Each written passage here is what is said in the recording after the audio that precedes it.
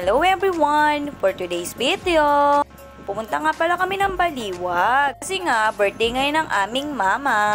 O ayan, dyan ulit kami nagpunta sa Padre Pio. Dyan lang yan sa Baliwag, Bulacan. Di nga lang namin naabutan ng misa kasi 5 to 6 p.m. ang misa dito.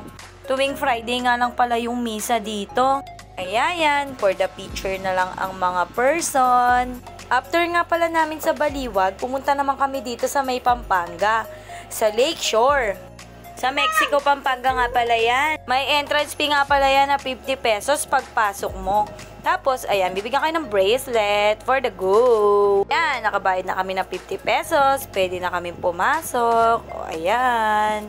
Bago nga lang pala sila dito, para tong subdivision ata, parang ganun. Tapos, ang laki-laki ng loob niya. O, diba? For the go. Sabi ko doon sa anak ko, pakita mo yung ano mo, charis. Ayan, pagpasok mo, ayan, makikita mo agad yung mga... Ayan, kung alam ko anong tawag sa mga yan, ayan, basta may mga ganyan siya, tapos bibigyan mo sila mga tip for the go. Tapos meron nga pala dito parang mini perya. O ayan, yung anak ko, nagsimula na. O, for the barrel na ang person. So, ayun, yung isa, tinamaan na. O, ayan, pangalawa, ay hindi.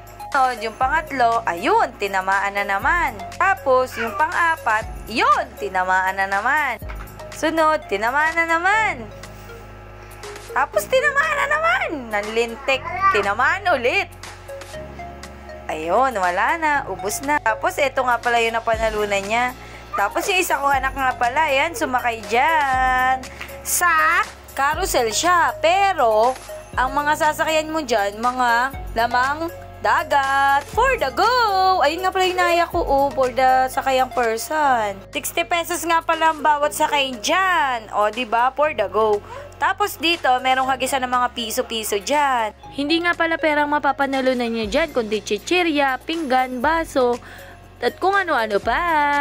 O diba, minsan nakakaaliw talaga yan, pangpawala ng stress. O ayan, naglakad-lakad na ka. Kasi nga, biglang umulan niya, nagpatila lang kami. Tapos nung tumila na, ayun na masyal-masyal na kami. Tinutulinan nga lang namin pang masyal kasi nga malakas nga pala yung ulan. Napakalawak nga pala ng lugar na to, kaya ayan, ang daming mga ganyan. Pwede ka magpa-picture, tapos bibigyan nyo nga lang sila ng tip.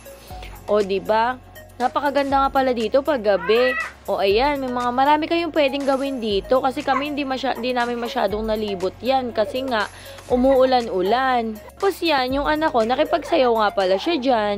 Nung una nga, natatakot pa siya dyan pero ayan, diba, nakipagsayaw pa din. Dinala ko nga lang pala siya dyan para hindi siya masyadong matakot. O ayan. O, diba? Nagsasayaw na sila. Ang galing-galing talaga ng baby ko kasi nga magaling siya sumaya. O, ayan. Kaya minsan kailangan mo lang mamasyal para maging masaya ka. At para mawala yung mga stress mo. O, ayan na. Nakipagsayaw na si Danceries. For the sayaw ang mga person. Tapos nga palang sumayaw nung anak ko. Bigla namang umulan. O, ayan. Nagpatila lang kami, tsaka umuwi na kami. Hindi na namin nalibot yung iba. Yun lang. Salamat po. Bye-bye.